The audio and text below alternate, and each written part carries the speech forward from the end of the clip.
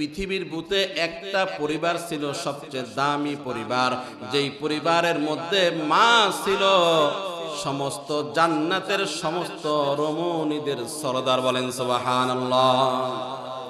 সাইয়্যিদাতুন নিসাই আহলিল জান্নাহ হযরতে ফাতিমা যুহরা রাদিয়াল্লাহু তাআলা আনহা, যেই পরিবারের সন্তান ছিল জান্নাতের সমস্ত যুবকদের সরদার, যেই পরিবারের পিতা ছিল আসাদুল্লাহিল গালিব, আল্লাহ তাআলা যাকে আল্লাহর বাগ বলে ঘোষণা দিয়েছেন সরকারে দু আলম, যেই পরিবারের পিতা সম্পর্কে বলে দিয়েছেন আনা মদিনাতুল ইলমি ওয়া আলিয়ুন বাবুহা, আমি হইলাম এলেমের শহর আর এই শহরের দরজা হলো হযরতে আলী রাদিয়াল্লাহু তাআলা আনহু। এমন একজন দামি পরিবার, এমন একজন সুন্দর পরিবার আপনারা সকলে জানেন।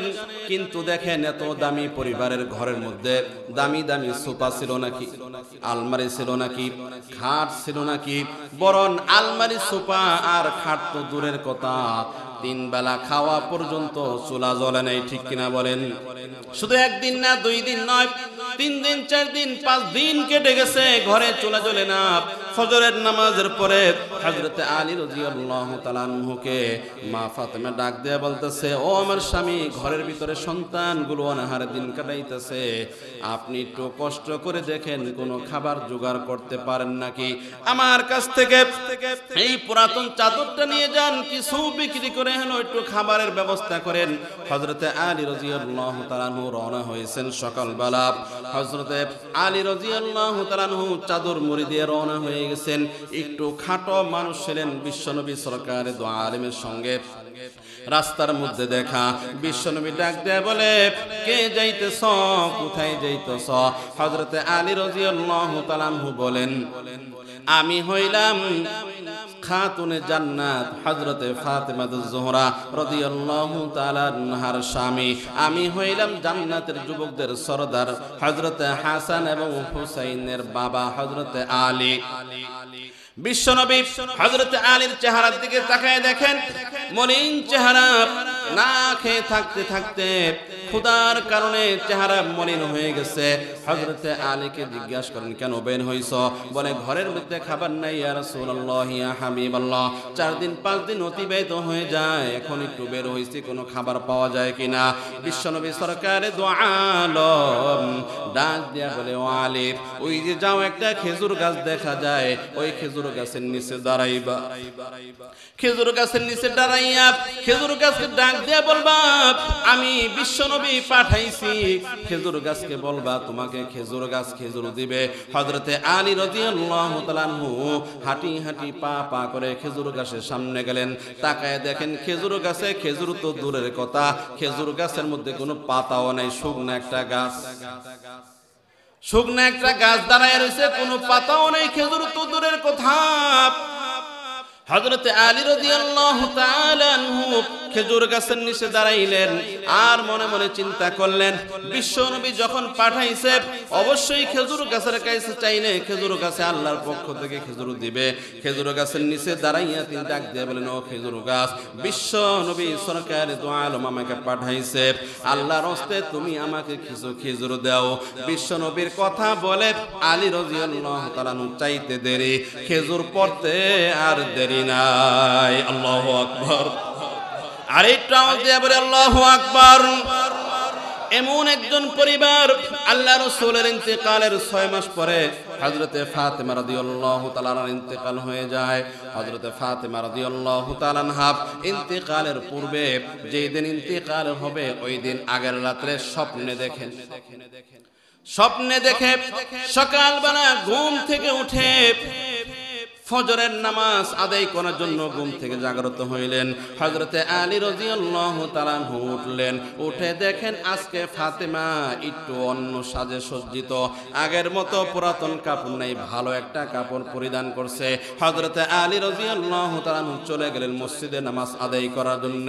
মসজিদ থেকে নামাজ আদায় করে হযরতে আলী রাদিয়াল্লাহু তাআলা দেখেন আজকে ফাতেমার কাজকর্ম একটু ভিন্ন দেখা যায় অন্য দিনের তুলনায়।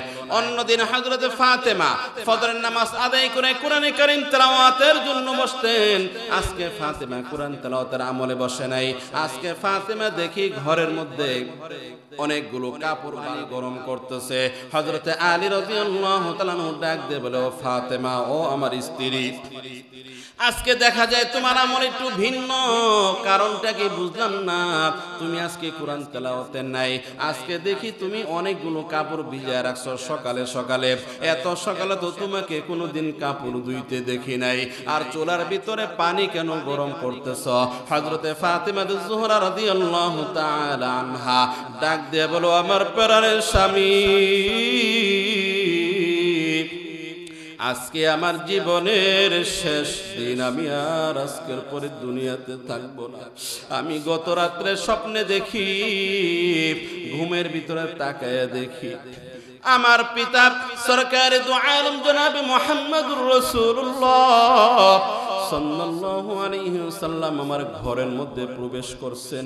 আমি তাকে দেখি আমার পিতা কি যেন ঘরের মধ্যে তালাশ করতেছেন। তালাশ করে করে পাচ্ছেন না। যখন তিনি রওনা হয়েছেন, আমি ডাক দিয়ে বললাম, আব্বা, আপনি ঘরের মধ্যে কি তালাশ করতেছেন? আমার আব্বা জান আমাকে ডাক দিয়ে বলে, ও মা, ও আমার কলিজার টুকরা, আমি তো তোমাকেই তালাশ করতেছি। বলে, কিসের জন্য?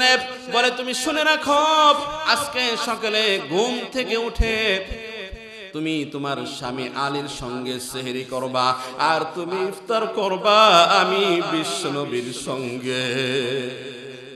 ও আমার প্রাণের স্বামী গো, আমার পিতা সরকার দু আলম যখন বলে দিয়েছেন ইফতার করবা আমার সঙ্গে, তাহলে আমি বুঝলাম আজকে দিনের পরে আমার আর হায়াত থাকবে না। ও আমার স্বামী, আমার ইন্তেকালের পরে যদি আমার আল্লাহ আমাকে ডাক দিয়া জিজ্ঞাসা করে, ও ফাতেমা, তুমি কি তোমার স্বামীর খেদমত দুনিয়াতে করে আসছো নাকি? ও আমার পর্দারের মা, ও আমার বোনেরা, স্বামীর খেদমত কি পরিমাণ দিলের ভিতরে থাকলে মৃত্যুর পূর্বে স্বামীকে ডাক দেয়া বলে, ও আমার স্বামী গো, আল্লাহ তাআলা যদি কাল কিয়ামতের ময়দানে আল্লাহর আদালতে আমাকে জিজ্ঞাসা করে, ও ফাতেমা, তুমি কি তোমার স্বামীর খেদমত করে আসছো নাকি, যাতে করে আমি বলতে পারি, ইয়া আল্লাহ, আমার ইন্তেকালের দিনও আমি আমার স্বামীর খেদমত করতে করে আসছি। এই জন্য আজকে বালতির ভিতরে আপনার ময়লা পুরাতন কাপড়গুলো ভিজাইছি, আর আমার কলিজার টুকরা হাসান হুসেনের কাপড়গুলো ভিজাইছি, আর চুলার মধ্যে পানি গরম করতেছি। আজকে আমি আমার জীবনের শেষ গোসল আমি আমার সন্তানদেরকে দিব। আজকে দিনের পরে আমি আমার কোনো দিন আমার কলিজার টুকরা হাসান হুসেনকে আমি আর গোসল দিতে পারবো না। এই জন্য আজকে গরম পানি করতেছি। হযরত আলী রাদিয়াল্লাহু তাআলা এই কথা শোনার পরে চোখে দিয়া পানি বের করে কাঁদে। হযরত ফাতেমা জোহরা রাদিয়াল্লাহু তাআলা আনহা স্বামীকে ডাক দিয়ে বলে, আমার প্রাণের স্বামী, আপনার কাছে আমি 3টা ওসিয়ত করে যাই, 4টা ওসিয়ত করে যাই। ইন্তেকালের পূর্বে এই কথাগুলো আপনাকে আমি বলে যাচ্ছি, আপনি একটু পালন করার চেষ্টা করবেন। 1 নম্বর ওসিয়ত হলো, আমি স্ত্রী হিসাবে আমি আপনার খেদমত তেমন করতে পারি নাই। স্বামীর খেদমত যতটুকু করার দরকার ছিল আমি পারি নাই। কাল কিয়ামতের ময়দানে আল্লাহর আদালতে আমাকে আপনি কাঠ গড়ায় দাঁড়ার করাইবেন না। এই কথা শোনার পরে হযরত আলী ডাক দিয়ে বলে, ও আমার কলিজার টুকরা স্ত্রী, ও ফাতেমা, আমি তো তোমার যোগ্যই ছিলাম না। তোমার বাবা বিশ্বনবী তোমাকে আমার হাতে তুলে দিয়েছে, আমি তো অনেক বড় ভাগ্যবান। 2 নম্বর ওসিয়ত হযরত ফাতেমা করলেন, ও আমার স্বামী, আমার ইন্তেকালের পরে আপনাকে আমি অধিকার দিয়ে গেলাম, আপনার যেই কোনো নারীকে ইচ্ছা আপনি বিবাহ করে নেবেন, কোনো আমার আপত্তি নাই। বাকি আমার একটা আবদার হলো, আপনি যেই কোনো নারীকেই বিবাহ করেন না কেন, আমার ছোট্ট ছোট্ট 2টা কলিজার টুকরা হাসান এবং হুসেনকে রেখে গেলাম। আমার ইন্তেকালের পরে তাদেরকে দেখার মতো আর কেউ নাই। বাবা জান যখন বেঁচে ছিলেন, বিশ্ব নবী যখন বেঁচে ছিলেন, কিছু হইলে নানাজির কাছে দৌড়াইয়া হাসান হোসেন চলে যাইত। বিশ্ব নবী যখন নামাজে সেজদায় যাইতেন, বিশ্বনবীর কাঁধের উপরে হাসান হুসাইন চড়ে ঘোড়া বানাই। বিশ্বনবী সিজদা থেকে মাথা উঠাইতেন না, মাথা উঠাইতেন না যতক্ষণ পর্যন্ত সিজদায় হযরতে হাসান হুসাইন ঘোড়া বানায় রাখছে, ততক্ষণ পর্যন্ত বিশ্বনবী সিজদা থেকে মাথা উঠাইতেন না। এই পরিমাণ ভালোবাসছেন। কিন্তু আল্লাহ রাসূলের ইন্তেকালের পরে, বিশ্বনবীর পরে তাদের আর ওইরকম আপন কেউ থাকলো না। ও আমার স্বামী গো, আমার ইন্তেকালের পর আপনি সপ্তাহে একদিন হইলেও আমার সন্তানদের সাথে একটু ঘুমাইবেন, আমার সন্তানদেরকে নিজ হাতে একটু খাবার খাওয়ায় দিবেন। ও আমার স্বামী, আপনার কাছে আমার 3 নম্বর ওসিয়ত হলো, আমার ইন্তেকালের পরে আমার সন্তানগুলো সাবালেগ যখন হয়ে যাবে, বড় হয়ে যাবে, আমার পিতা যেই রাস্তার জন্য মেহনত করেছেন, জীবন বিলাই দিয়েছেন, সাহাবায়ে কেরাম যেই রাস্তার মধ্যে জীবন দিয়েছেন, জীবনকে বিলাই দিয়েছেন, আমার সন্তানদেরকেও সেই রাস্তায় আপনি পরিচালিত করবেন। 4 নম্বর ওসিয়ত হইল, ও আমার স্বামী, আমার ইন্তেকালের পরে আপনি, আমার ইন্তেকালের পরে ইন্তেকালের খবরটা মাইকে আপনি ঘোষণা করবেন না, আপনি কাউকে জানাইবেন না, আপনি কাউকে এই কথা জানাইবেন না ফাতেমার ইন্তেকাল হয়ে গেছে। আমার ইন্তেকালের পরে গোপনে গোপনে আপনি দাফন করে দিবেন। কারণ হলো, আমি দুনিয়াতে ফাতেমা পর্দা করেছি, আমাকে কেউ দেখে নাই। আমার ইন্তেকালের পরে যদি মানুষজন আসে, আপনি যদি এলান করেন, ঘোষণা করেন, তাহলে আমার লাশের দিকে তাকাইয়া পুরুষ মানুষ অনুমান করবে ফাতেমা কি পরিমাণ লম্বা ছিল, কতটুকু উঁচু ছিল, কিরকম স্বাস্থ্য ছিল, মানুষ আমাকে দেখবে, পর্দার খেলাফ হয়ে যাবে। ও আমার স্বামী, আপনার কাছে একটা আবদার, আপনি কাউকে ঘোষণা করবেন না। হযরতে আলী রাদিয়াল্লাহু তাআলা আনহু এই কথাগুলো শোনার পরে বেহুশ হয়ে যান কাঁদতে কাঁদতে। হযরতে হাসান হুসাইন মক্তবে মসজিদে পড়ার জন্য গিয়েছেন। ঘরের মধ্যে এসে দেখেন একদিকে মা পড়ে কাঁদে, আরেকদিকে বাবা পড়ে কাঁদতেছে। হাসান হুসেন ডাক দিয়ে বলে, মা তুমি কেন কাঁদো, বাবা কেন কাঁদে? হযরতে ফাতেমা জোহরা ডাক দিয়ে বলে, ও আমার কলিজার টুকরারা, তাড়াতাড়ি যাও নানাজির রওজার সামনে দাঁড়াও, নানাজির কাছে জিজ্ঞাসা করো আমি কেন কাঁদি, বাবা কেন কাঁদে। হাসান হুসেন দৌড় দিয়েছে বিশ্বনবীর দরজায়, রওজা শরীফের সামনে দাঁড়াইয়া গেছে। ডাক দিয়ে বলে, ইয়া রাসূলুল্লাহ, ইয়া হাবিবাল্লাহ, ও আমার নানা জান। ঘরের ভিতরে প্রবেশ করে দেখে একদিকে মা কাঁদে, আরেকদিকে বাবা কাঁদে। কেন কাঁদে জানি না, আপনার কাছে পাঠায় দিল, আপনি এটার উত্তর দিয়া দেন। সরকারে দু আলম ডাক দিয়ে বলে, ও আমার কলিজার টুকরা নাতিদয়, তোমরা শুনে রাখো, এখানে আর সময় নষ্ট করো না, দেরি করো না, ঘরের মধ্যে ফিরে যাও। আজকের দিনের পরে তোমরা তোমাদের মায়ের দেখা পাইবা না, আমার এখানে আসার জন্য অনেক সময় পাবা, সুযোগ পাইবা, আমার রওজা জিয়ারতের জন্য অনেক সময় পাইবা, সুযোগ পাইবা। আজকে শেষ দিন, মায়েরকে দেখে নাও, মায়ের চেহারার দিকে তাকাইয়ে থাকো, নেকি অর্জন করে নাও। হযরতে হাসান এবং হুসাইন দৌড়ায় আসছে ঘরের ভিতরে। দৌড়ায় আসার পরে মাকে জড়িয়ে ধরছে, কাঁদতে শুরু করেছে। সন্ধ্যার ইফতারের কিছুক্ষণ আগে হযরতে ফাতেমা জোহরা রাদিয়াল্লাহু তাআলা আনহা প্রিয় স্বামী আলী রাদিয়াল্লাহু তাআলা আনহার রান মুবারকের মধ্যে মাথা রেখে ইহ দুনিয়া ত্যাগ করে তিনি চলে যান। হযরতে ফাতেমা ইন্তেকাল হয়ে গেছে ইফতারের পূর্ব মুহূর্তে, রাত্র হয়ে গেছে। লাশ কাফন দাফনের ব্যবস্থা করলেন, কিন্তু একটা খাটিয়া ধরার জন্য লোক লাগে কয়জন? 4 জন। কিন্তু ঘরে লোক আছে কয়জন? 3 জন, হযরতে আলী এবং হযরতে হাসান এবং হুসাইন। একটা খাটিয়া ধরতে 4 জন লোকের প্রয়োজন হয়, লোক হইল 3 জন। আরেকজনকে পাবে ঘোষণা করতে নিষেধ করছেন, পর্দার খেলাফ হবে। গভীর রজনী হযরতে আলী রাদিয়াল্লাহু তাআলা তাকায় দেখেন মিটমিট করে আলো জ্বলতেছে, কে যেন আগে আসতেছে। যে দেখেন হযরতে আবু যর গিফারী রাদিয়াল্লাহু তাআলা আনহু একটু বাতি নিয়ে তিনি সামনের দিকে অগ্রসর হয়েছে। আলী রাদিয়াল্লাহু তাআলা আনহু ডাক দিয়ে বলে, ও ভাই আবু যর, পৃথিবীর কেউ জানে নাই, কোনো জায়গায় এলান হয় না, তুমি কেন জানলা, কেমনে জানলা, কেন আসলা? হযরতে আবু যর গিফারী ডাক দিয়ে বলে, বিশ্বনবী আমাকে ঘুমের ভিতরে জানাই দিচ্ছে। ও আবু যর, আমার কলিজার টুকরা কন্যার ফাতেমার ইন্তেকাল বোধহয় হয়ে গেছে, তুমি তাড়াতাড়ি যাও, খাটিয়া ধরার জন্য একটা লোকের প্রয়োজন, তুমি তার খাটিয়া ধরো, তাকে দাফনের ব্যবস্থা করে দাও। হযরতে আলী রাদিয়াল্লাহু তাআলা আনহু আবু যর গিফারী সহ খাটিয়া ধরে কবরের দিকে চলে গেলেন। কবরের মধ্যে হযরতে আবু যর গিফারী নিজে নামলেন, ডাক দিয়া কবরকে বললেন, ও কবর, ভালো করে শুনে নাও, আজকে তোমার ভিতরে কাকে রাখতেছি।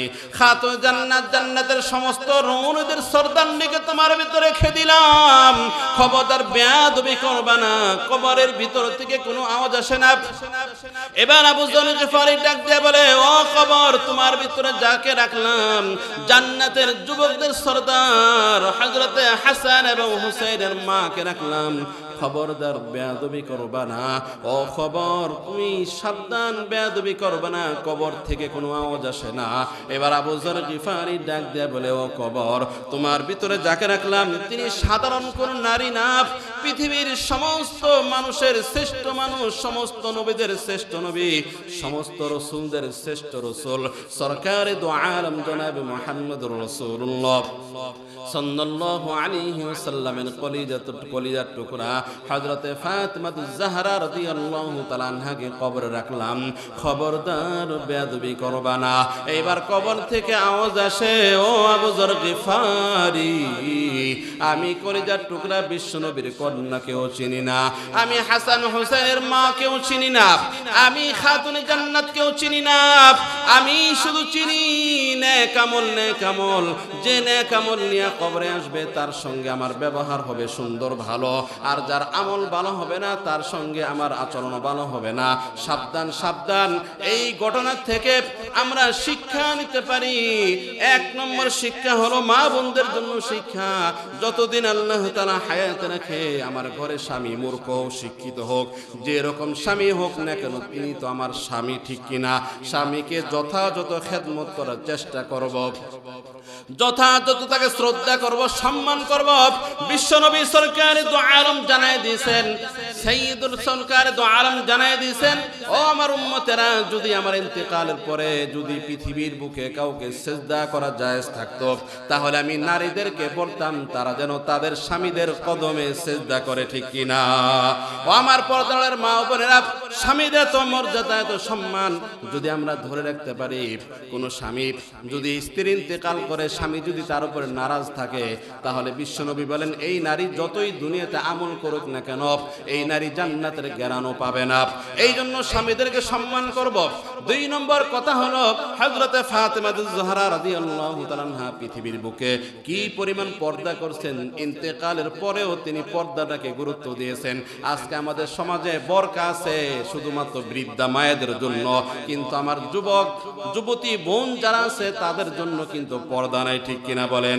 একই সাথে মা হাঁটতেছে, মা হাত, মা পূজা, পা মোজা, চক্ষু সব কিছু ডেকে হাঁটতেছে, তার সঙ্গে তার মেয়েটা হলো খোলামেলা। নানির শরীরে পর্দা আছে, নাতিনের শরীরে পর্দা নাই। পর্দা তো ওই যুবতী মেয়ের জন্যই যার প্রতি যুবকদের আকর্ষণ রয়েছে, ঠিক কিনা বলেন? তিন নম্বর কথা হলো, শেষ কথা, যে আমাদের সকলেরই কবরে যেতে হবে।